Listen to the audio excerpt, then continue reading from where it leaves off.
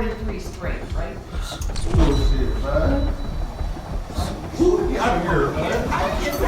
Life sentences are serious business, even when they're for dangerous criminals. Today, let's dive into cases where corrupt cops face the music. First up, a daring robbery of an NFL player leads to a major showdown. On September 14, 2018, after dinner at his Gates Mills home, former NFL receiver Joe Jovius headed out to the barn to turn off the lights. Little did he know that he was about to encounter an armed house, and that moment would change his life forever. Clearly, he didn't learn his lesson and was not rehabilitated, and I'm requesting that he receive the maximum sentence allowed by law. Unfortunately, my grandmother told me a long time ago, if you have nothing nice to say about somebody, don't say it, and Your Honor, at this point I have nothing good to say. Thank you. Thank you, sir. 7, the kidnapping, I sentenced you to 11 years, plus 3 years for the gun. Count 8, the having a weapon while under disability, I sentenced you to 36 months. Counts 9 and 10, there are no sentences because they merged with count 5. Count 11, the disrupting public service, a felony of 4th degree, I sentence you to 12 months. The gun specifications on count 1. Jovius encountered House in his backyard, who held the former receiver at gunpoint for more than 30 minutes. House then led Jovius to the home where his wife and children were and threatened to shoot Jovius. Jovius opened the door and asked his wife to bring all the cash that she could. He also offered House his Super Bowl ring. 43 and a half years. I don't think there's any half. 43 straight, right? Bullshit. Get out of here, man.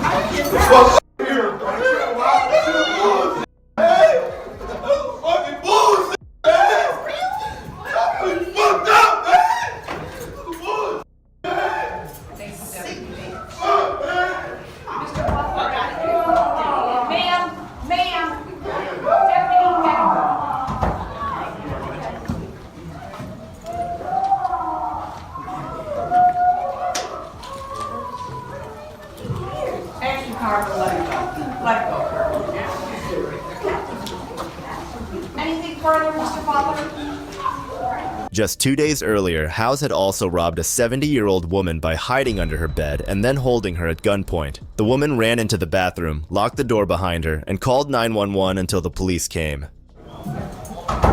Will you wait, Mr. President? 17 Bravo? Yes. All right.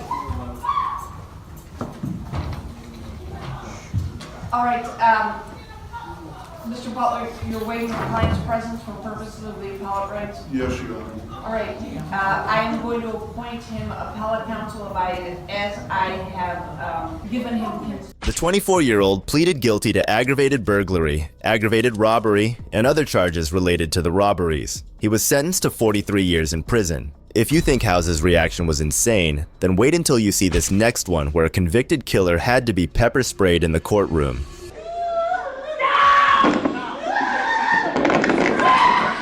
On July 6, 2009, a 19-year-old UWM student named Nathan Potter was walking into his Riverwest apartment where he was robbed at gunpoint. Shawn Jackson and another man, Derek Thomas, committed the robbery, but Potter had no money, and Thomas told police that Jackson shot Potter because he didn't have any money. Watch what happens when the judge gives him the verdict. Demonstrated to be not of caring of human life and the need to protect the community, which I also fear for with Mr. Jackson being out in the community. I am going to go ahead on count 1, the first degree intentional homicide conviction, and I am going to sentence Mr. Jackson to life imprisonment without possibility for extended supervision. I know that that is something that is reserved for the most serious of cases, and I believe that this case rises to that level. Jackson and his companion were eventually caught and arrested in the month following the incident. Shawn Jackson was charged with felony murder, and it took the jury 1 hour to deliberate and find Jackson guilty. But Jackson took this news in the worst way possible.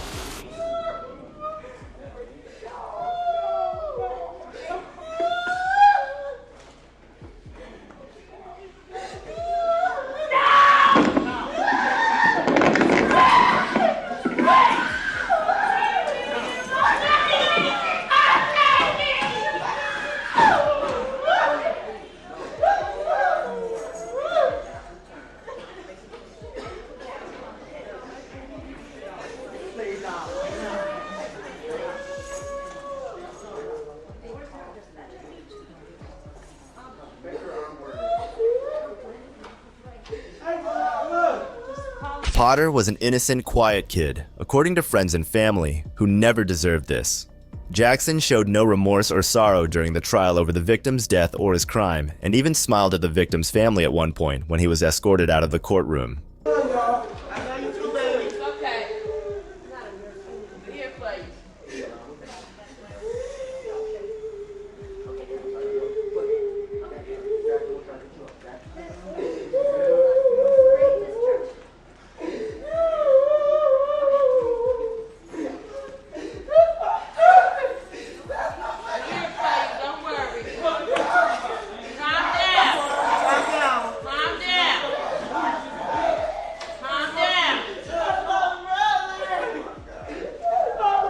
Jackson had a completely different attitude prior to the sentencing. Even her mother acted nicely to avoid the sentencing. When I saw it on the news, I even cried. I'm like, oh my God, I can't imagine what that mother is going through.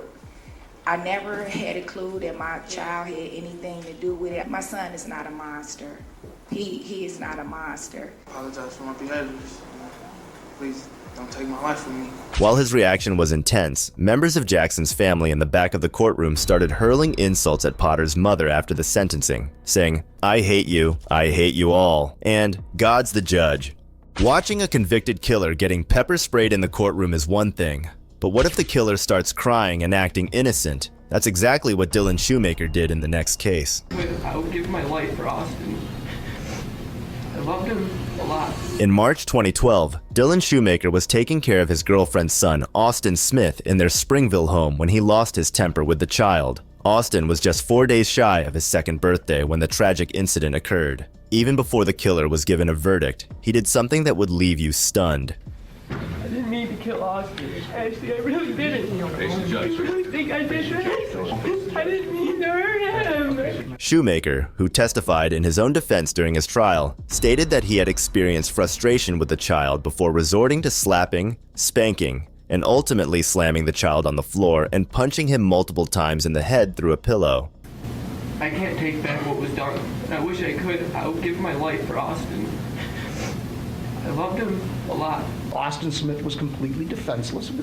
That's a given. But there were other dynamics at work there, including my client's inability to either control his anger or frustration and his inexperience in babysitting. Based on his short life now, what is to say he won't do this again? Well, we don't know that. I think it's completely unlikely. It was a situational, circumstantial thing. The jury did not react well to Shoemaker and his attorney's pleas, but his reaction completely justified what Shoemaker had done. The record will show that you admitted that on July 23, 2013, in a phone call to your mother from the holding center, you stated, and I got a quote from the court reporter, "I am a 16-year-old blonde.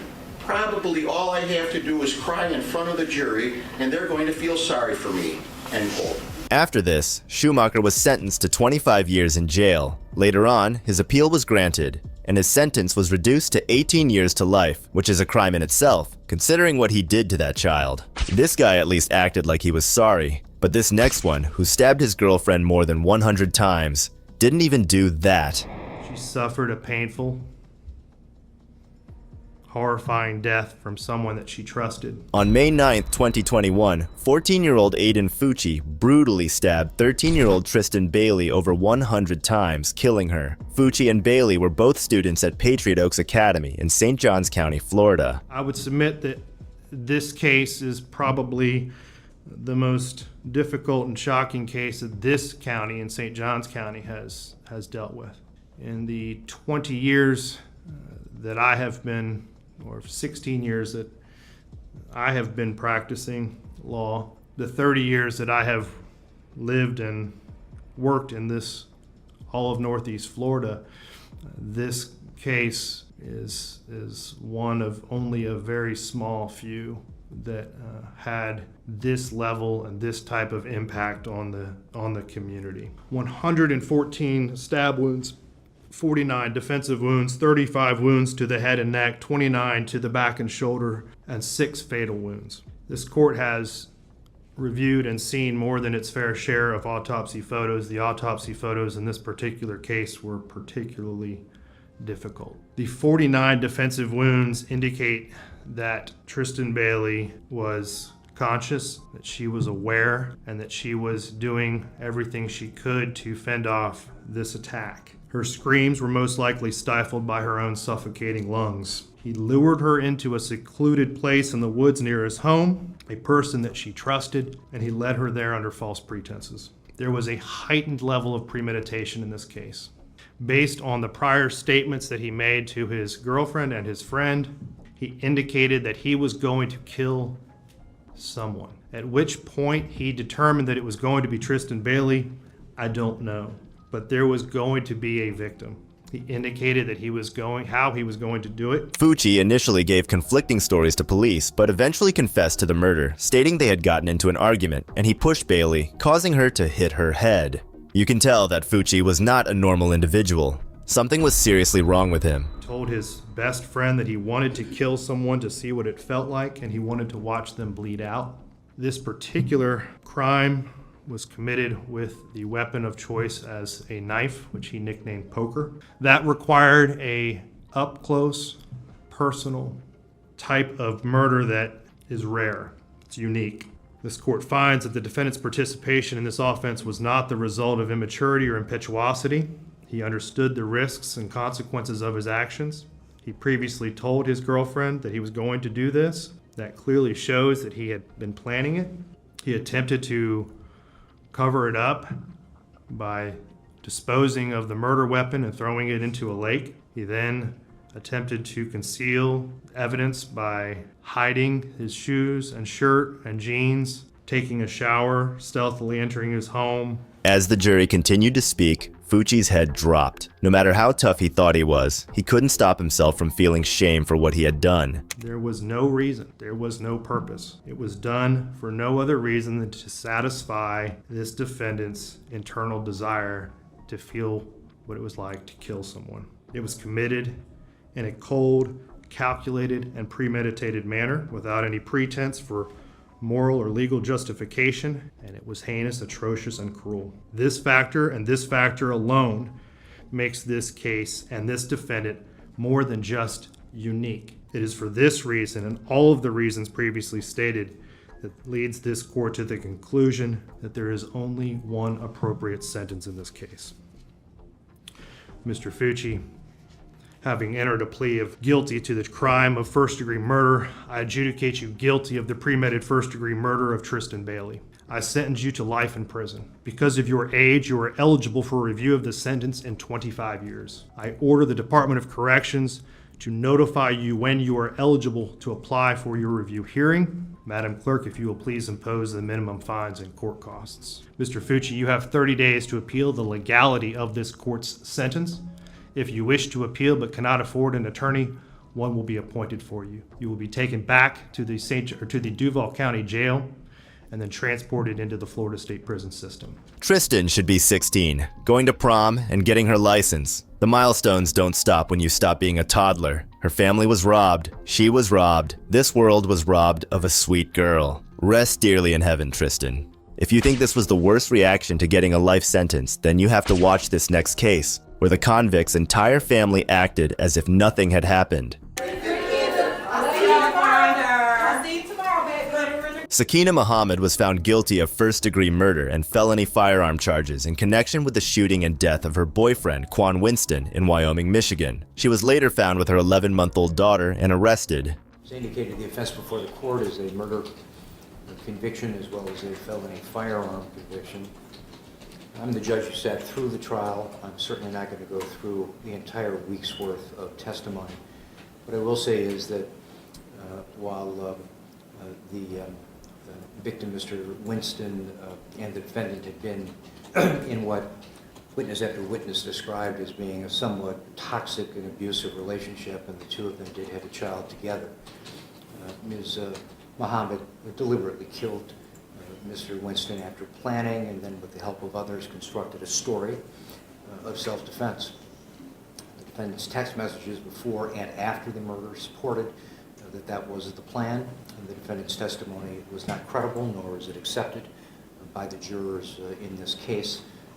there was a self-defense claim which the jury rejected. Muhammad claimed self-defense, stating that Winston had recently pleaded no contest to trying to strangle her twice. However, a jury rejected her self-defense claim.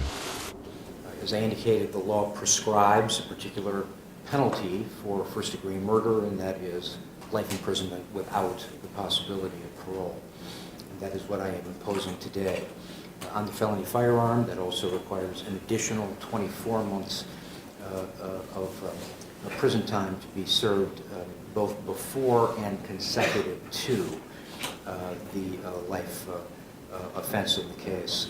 $60 DNA fee, $136 state cost, $130 crime victim assessment, and $1,000 in court costs. Ms. Muhammad, you do have the right to appeal. No reaction at all from a person who had just been told that they would be serving the rest of their lives in jail is insane. But it gets even better. I genuinely wish you the very best of luck. Thank you. Thank you. I love you, Mom. I love you, baby. I see you on the grinder. I see you tomorrow, baby. Butter in the grinder. Great Kingdom. Great Kingdom. Butter in the grinder. Just like you go in the grinder.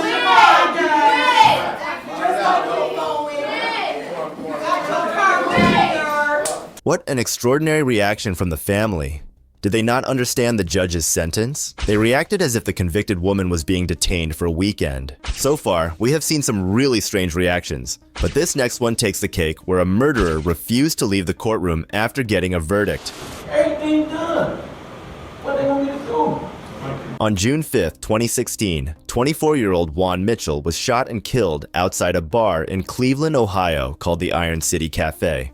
Michael Riley, 25 at the time, was charged with aggravated murder for Mitchell's killing. Due to the inability to specifically identify the person shooting the gun or guns in this instance, the court is unable to determine, beyond a reasonable doubt, the elements of count 1, aggravated murder, and finds Mr. Riley not guilty of that count.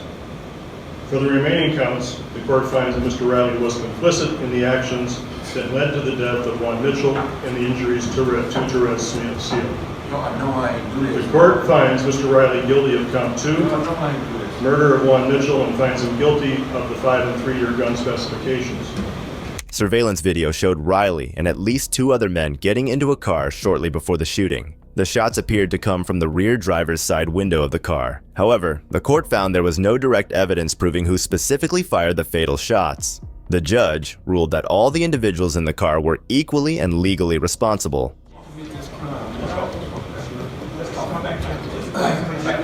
Oh, but they know we didn't do shit. Do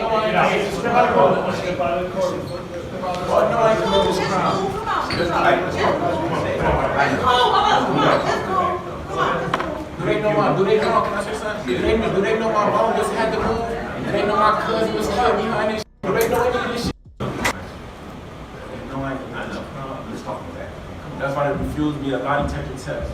That's why they refused me a lot of shit. Because they know I committed this crime.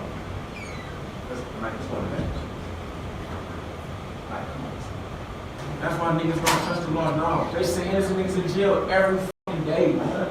Every day. You gotta talk to that. Man, they already did it. It's already done. Everything done. What they want me to do? What they want me to do? Man, I'm appeal, man. What am I gonna get an appeal for? I shouldn't need an appeal. Or if they would have did an investigation right, they would have found out who did this for real, man. Instead of just coming charging for me. Why would I? Somehow said, fuck the way. I've been on the West Side for 6 years. I understand that. I mean, it's not them. It's the fact that they about to try to give a nigga 100 years because of shit I didn't do. I know I'm on camera. I'm on camera. We got to come back. Let's go back. In March 2018, Riley was convicted of complicity in the murder and sentenced to life in prison with the possibility of parole after 15 years, plus additional time for gun specifications. Do you think Riley was given a fair punishment, or was it too much? Let us know in the comments below. And if you liked the video, subscribe so you don't miss out on the next one we have in store for you. Thanks for watching. This is Detective Mystery signing off.